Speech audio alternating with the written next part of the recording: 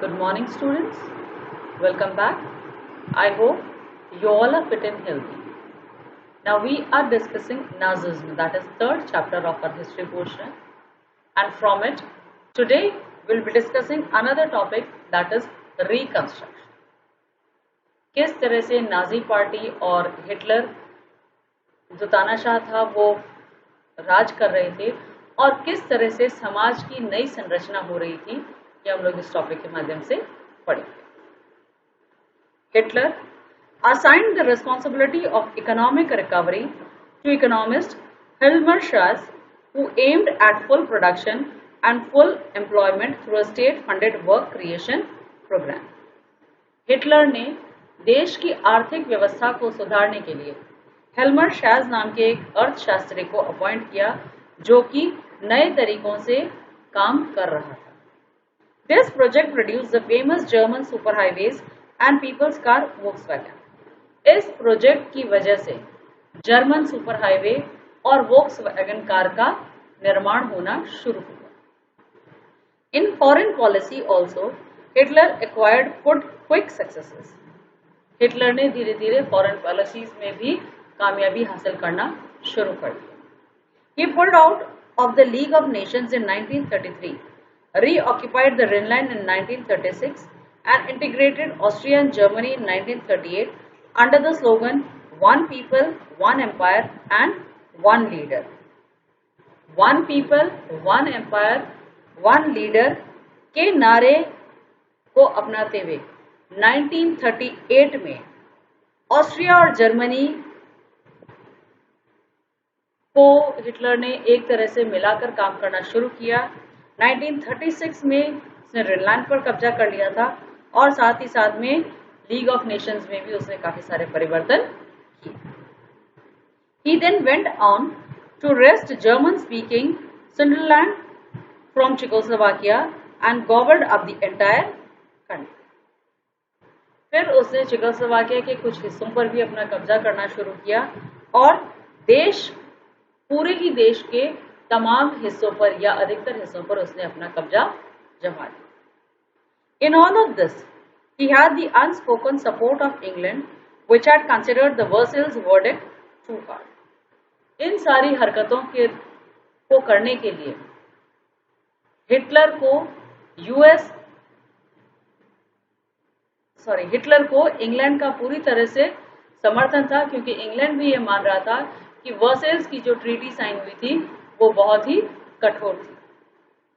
These quick successes at home and abroad seemed to reverse the destiny of the country. देश और विदेश में होने वाले इन परिवर्तनों की वजह से हिटलर पूरी तरह से कामयाब हो गया था और वो आगे बढ़ रहा और पूरे ही देश का जो उसकी डेस्टिनी थी या उसका जो भाग्य था वो बदल गया. Hitler did not stop here. Schaas had advised Hitler against investing hugely in rearmament as the state will still ran on deficit finances. Schaas ने हिटलर को ये बता दिया कि आर्मी के लिए जो वो ज़्यादा पैसा खर्च कर रहा है वो उसे नहीं करना चाहिए, क्योंकि देश पर अभी बहुत सारा कर्जा है. Cautious people, however, had no place in Nazi Germany. Schaas had to. Hitler ऐसे लोगों को अपनी सेना के अंदर नहीं रखना चाहता था जो कि सतर्क थे या हिटलर को जो निर्देश देते थे. इसी वजह से शाज को अपने पोस्ट से इस्तीफा देना पड़ा. Hitler chose war as a way out of approaching economic crisis. आर्थिक मंदी के दौर के अंदर भी हिटलर ने युद्ध को अपनाया. Resources were to be accumulated through expansion of territory. संसाधनों की प्राप्ति के लिए अपने साम्राज्य का विस्तार उसने करना शुरू किया. इन सितंबर 1939 जर्मनी इन्वेडेड पोलैंड. जर्मनी ने पोलैंड पर सितंबर 1939 में आक्रमण किया. This started a war with France and England. इसकी वजह से फ्रांस और इंग्लैंड के बीच में एक युद्ध हो गया. इन सितंबर 1940 अ ट्रिपाइट pact was signed between Germany, Italy and Japan, strengthening Hitler's claim to international power. 1940 सितंबर के अंदर एक ट्रिपोटाइट पैक्ट साइन किया गया, जिसमें जर्मनी, इटली और जापान ने हिस्सा लिया था, और इसकी वजह से हिटलर का इंटरनेशनल पावर बढ़ गया। Puppet regime supportive of Nazi Germany were installed in a large part of Europe. Nazi की जो कठपुतलियां थी वो अब यूरोप के बहुत सारे हिस्सों पर उन्होंने काम करना शुरू कर दिया। By the end of 1940s, Hitler was at pinnacle of his power. 1940 का अंत आते आते हिटलर बहुत ज्यादा पावर पा चुका था। Hitler now moved to achieve his long-term aim of conquering Eastern Europe. Hitler ने अब ईस्टर्न यूरोप पर कब्जा करना ठाना। He wanted to ensure food supplies and living space for Germans. उसने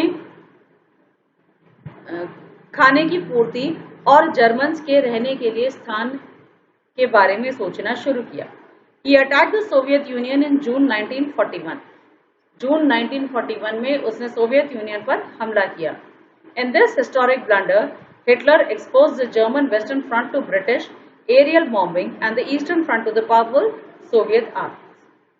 इसके दौरान हिटलर ने सबसे बड़ी गलती कर दी, वो ये थी कि जर्मन वेस्टर्न फ्रंट में ब्रिटिश एरियल बॉम्बिंग और ईस्टर्न फ्रंट में सोवियत आर्मीज आ गई। The Soviet Red Army inflicted a crushing and humiliating defeat on Germany at Stalingrad. Soviet red army Germany के स्टालिनग्राड पर उन्होंने बहुत बुरी तरह से तबाही देखी। After this, the Soviet Red Army hounded out the retreating German soldiers until they reached the heart of Berlin, establishing Soviet hegemony over the entire Eastern Europe for half a century thereafter. उसके बाद में Soviet army, red army सिर्फ वहीं नहीं रुकी, वहां पर तो उन्होंने तबाही कर ही दी थी।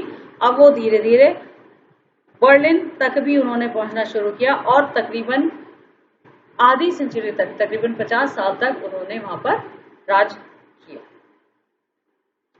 Meanwhile, the USA had resisted involvement in the war.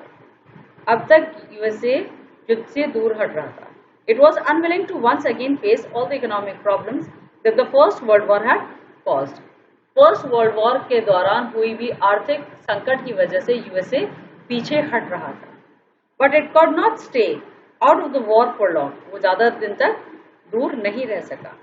Japan was expanding its power in the east, Japan east में अपनी पावर बढ़ा रहा था। It had occupied French Indo China and was planning attacks on US naval bases in the Pacifics. उसने French Indo China वाले हिस्से पर कब्जा कर लिया और साथ ही साथ पैसिफिक के यूएस नेवल बेस पर वो हमला करने की ठान रहा था। When Japan extended its support to Hitler and bombed the US base at Pearl Harbor, the US entered the Second World War.